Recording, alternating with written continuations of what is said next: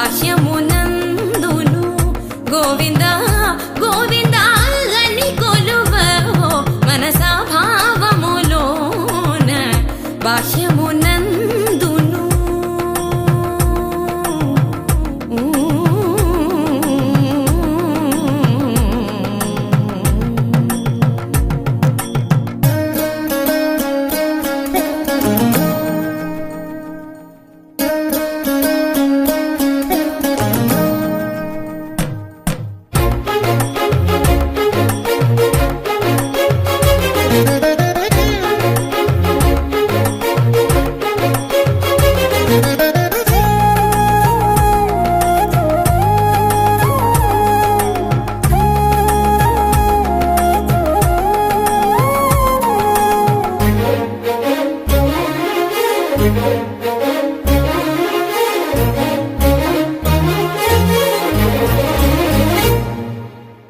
హరి అవతారములే అఖిల దేవతలు హరి అవతారములే అఖిల దేవతలు హరిలోనివే బ్రహ్మాండంబులు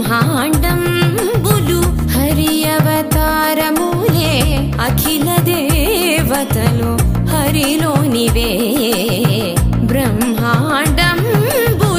హరినామములే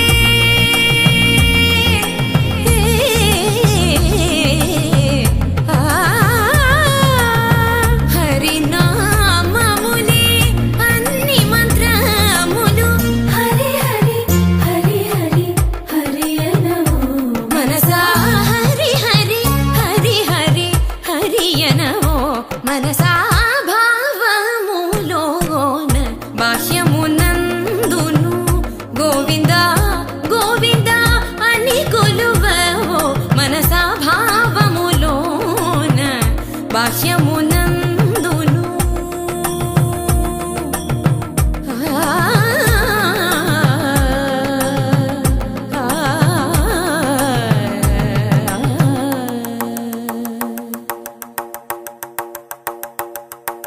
హరి హరి హరి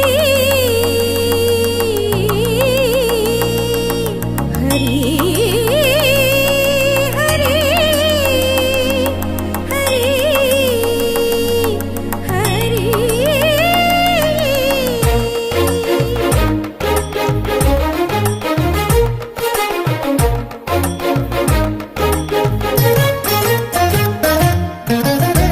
అచ్యుతుడితడే ఆదియునంత్యము అచ్యుతుడితడే ఆదియునంత్యము అచ్యుతుడే అసురాంతకుడు అచ్యుతుడితడే ఆదియునంత్యము అచ్యుతుడే అసురాంతకుడు అచ్యుతుడు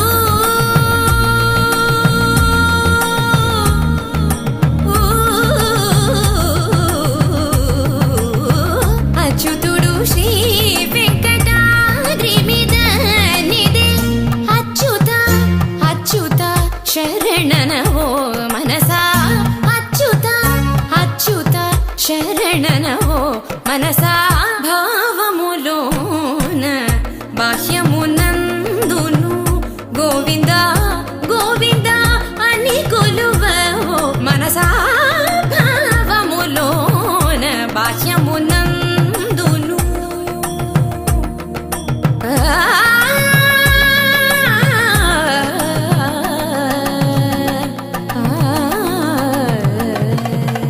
గోవింద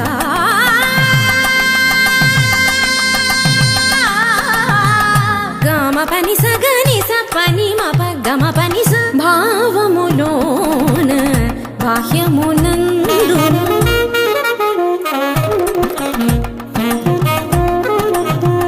నిసని నిస పాని పని మాప మమ పా గమ పని స నిని ససని నిరి నిని ససని నిగగ నిని ససని నిరి నిసని పా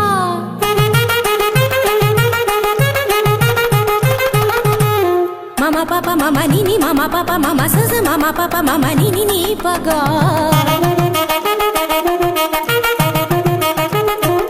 మపని సాసా మపని సాసా పని సరి రి గరి గరి గరి సా గరి స గరి స రి స రి స రి స ని రి స ని రి స ని ప స గ గ మ మ ప ప ని గ మ మ ప ప ని సా గ సా స ని ని ప స ని ని ప ప మ స గ గ గ స మ మ మ స గ గ గ స ప ప ప స గ గ గ స మ మ మ ని ప ని ప ని ప మ గ స గ గ గ స మ మ మ స గ గ గ స ప ప ప స గ గ గ స మ మ మ ని ప ని ప ని ప మ గ గ మ ప ని ని ని గ మ ప ని ని మ ప ని సా సా సా మ ప ని సా సా సా గ స గ స గ స ని ప గ స గ స గ స ని ప స ని స ని స ని ప మ గ గ మ ప ని సా గ మ ప ని సా గ మ ప ని సా భావములోన బాహ్యమునందును గోవింద శరణు వెంకట శరణు భావములోన బాహ్యమునందును గోవింద గోవింద అని కొలువవో మనసా భావములోన బాహ్యమునందును గోవింద గోవింద అని కొలువవో మనసా భావములోన బాహ్యమునందును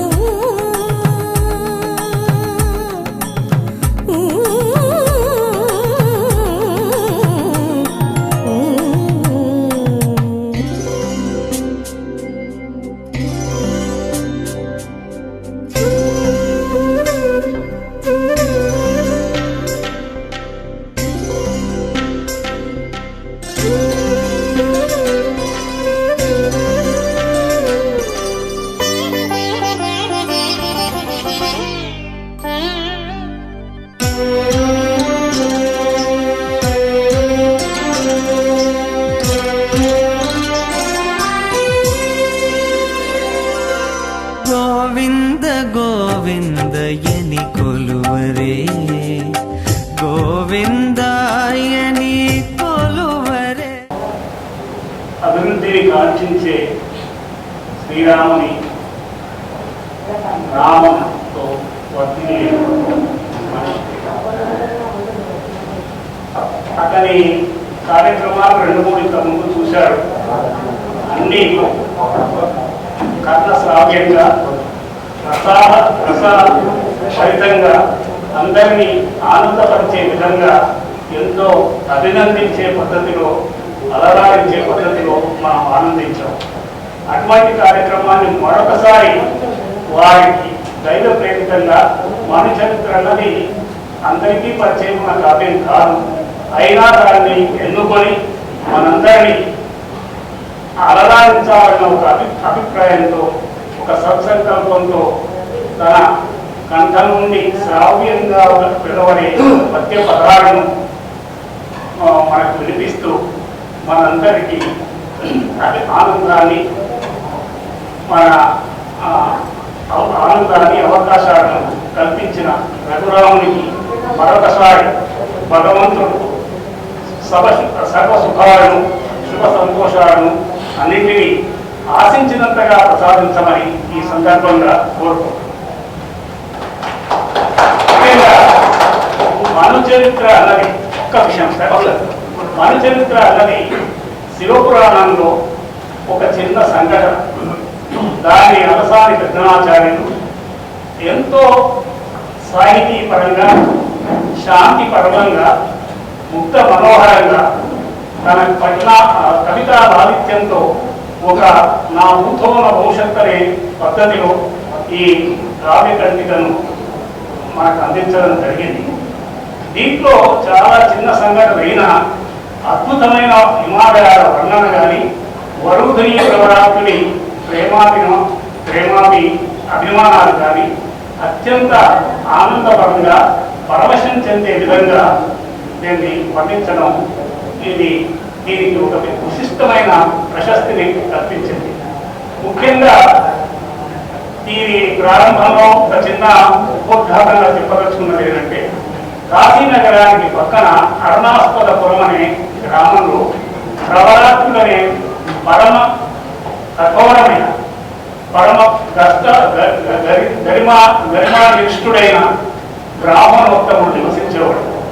అతనికి సోమదత్తి ఈ అతిథి మర్యాదలన్నీ చాలా ఘనంగా జరగడం వల్ల శిష్యులు సంతోషపడి వారికి ఒక లేపనాన్ని బహుమతిగా ఇస్తాడు.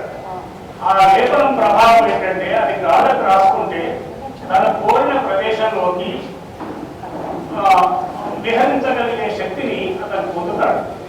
దాన్ని అతిథులు పోయిన తర్వాత ఈ లేపనాన్ని ప్రవరాక్షుడు రాసుకొని హిమాలయ పర్వతాల్లో విహరిస్తూ అక్కడి అందాలను, సౌందర్యాలను, ఫలపుష్ప భరితమైన వనాలను వీటన్నింటినీ ఆనందిస్తున్న సమయంలో వరుదిని అతన్ని చూడడం జరుగుతుంది.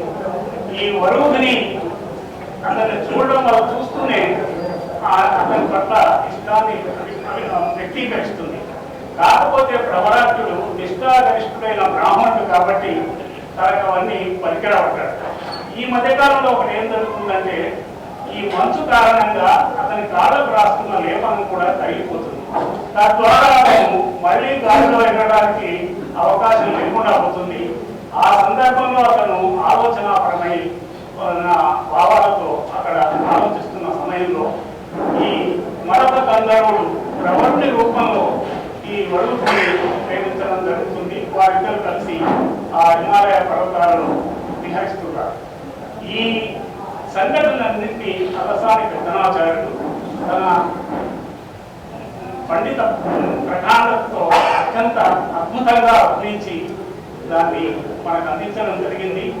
దానిని దైవ సంకల్పంగా మన రఘురాముడు సేకరించి మనందరికీ అందించి మనకు పంచి ఈనాడు మనం ఆస్వాదించే పద్ధతిలో దాన్ని మనకు అందించడం ఎంతో హర్షణీయం, అభినందనీయం. ఇది ఈ పరంపర ఇంతకు ముందే అతను 2-3 సార్లు ప్రోగ్రామ్స్ చేశాడు.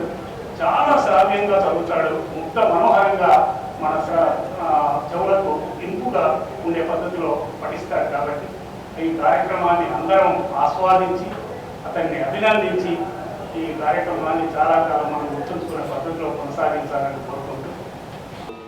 అలసారి కరుణ గారు రచించిన ఆ పద్య కావ్యాన్ని విడమర్చి బాగా చక్కగా మనకు అర్థమయ్యేటట్టు భాషలో చెప్పి మనందరినీ అలరించేందుకు వారికి మనందరం కృతజ్ఞతలు అవుతున్నామని ఈ సందర్భంగా తెలియజేస్తున్నాం.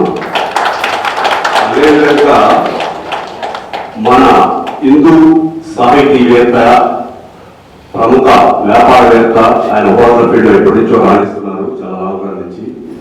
వారిని మరోసారి తప్పట్లో అభినందించవలసిందిగా కోరుకుంటున్నాం.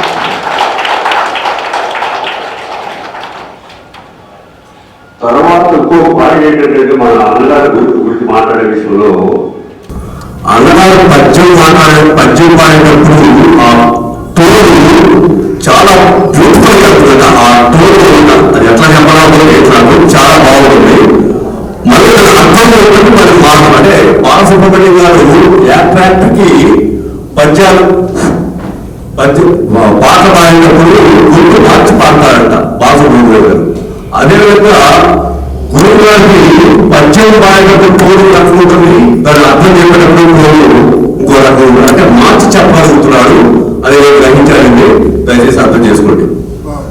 తర్వాత అలసాని కర్తలు గారు ఎక్కడ మనకు తెలియదని మన హిందూ అలసాని కర్తలు గారుగా మన రఘురామయ్య గారిని గర్వంగా చెప్తాము, ఏమాత్రం సందేహం చెప్తున్నానండి. తర్వాత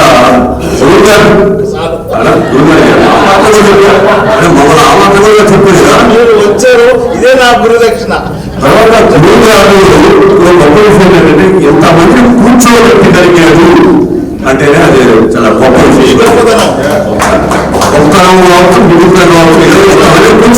చాలా గొప్ప విషయం గురువు గారు, ఆ విషయంలో ఏం సందేహం లేదు. తర్వాత మన గురువు గారిని మన హిందూ కార్యకర్తలందరూ మనం సన్మానించుకోవాలి. చక్కగా మనం ఎవరైనా గారు, బిఎం రెడ్డి గారు, వెంకటేశ్వర గారు, మన యాదన్న సుబ్బారావు గారు, మన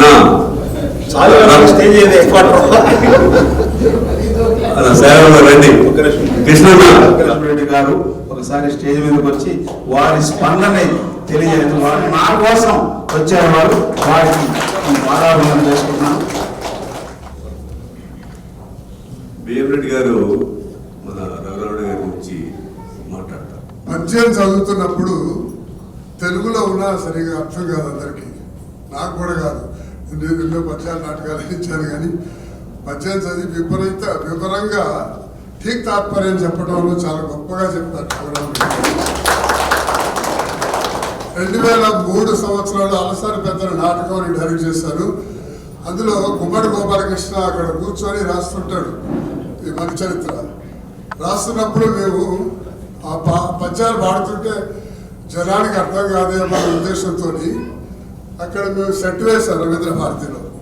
వరోధిని అక్కడి నుంచి దిగి వస్తున్నట్టు అక్కడ ఆకాశంలో నుంచి ఆ హిమాలయ పర్వతాలు అవన్నీ వాళ్ళు మాట్లాడేదాంట్లో మాటలకి ఇంకా పాటల్లో ఇదని చెప్పడము. ఆ రోజు గుమ్మడి గోపాలకృష్ణ ఆ డ్రామాలు ఎంత అందంగా చెప్పాడో ఈరోజు నాగరామరెడ్డి గారు కూడా అందంగా చెప్పారు. తర్వాత ఈ సందర్భంలో ఇంకో విషయం చెప్పాలి. ఇందాక నాకంటే పెద్దవారు యాదారెడ్డి గారు అన్నగారు అన్నారంటే, నువ్వు పెద్దగా వయసులో నీ పెద్దవాడైనా నా పేరు చెప్పలేదు. ఎందుకంటే మనం ఇద్దరు నడుచుకుంటున్నప్పుడు వార్తలో నిన్న నా బర్త్డే అయింది అంటే ఎన్నో సంవత్సరాలు ఉంది కాదు అంటే 88లో వచ్చాను. 8 + 8 16 స్వీట్ 16 అన్నా. స్వీట్ 16 ముసలాలు అంటే బాగుంటుందని నాకు పెద్ద అని చెప్పలేదు, నన్ను చిన్న గుర్తించారు కాబట్టి థ్యాంక్స్.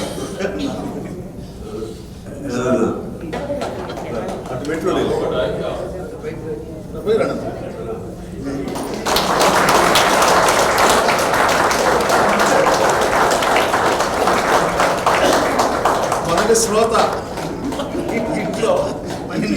ఇబ్బంది పెట్టాను. మొదటి శ్రోత వారి అనిపించి సాధన చేసి దీన్ని ఎంతో చక్కగా చెప్పగలిగారు.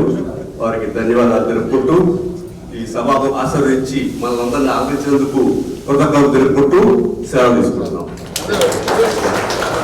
తదుపరి కార్యక్రమం టిఫిన్లు ఉన్నాయండి. అందరూ టిఫిన్లు తిని ఇంటికి వెళ్దాం.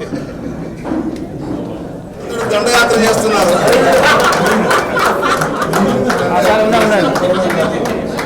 మా గురువు గారు దండయాత్ర చేశారు. మా వాకింగ్ ఆయన సార్ వచ్చి పంపించారు. మాత్రం వాస్తవం అది.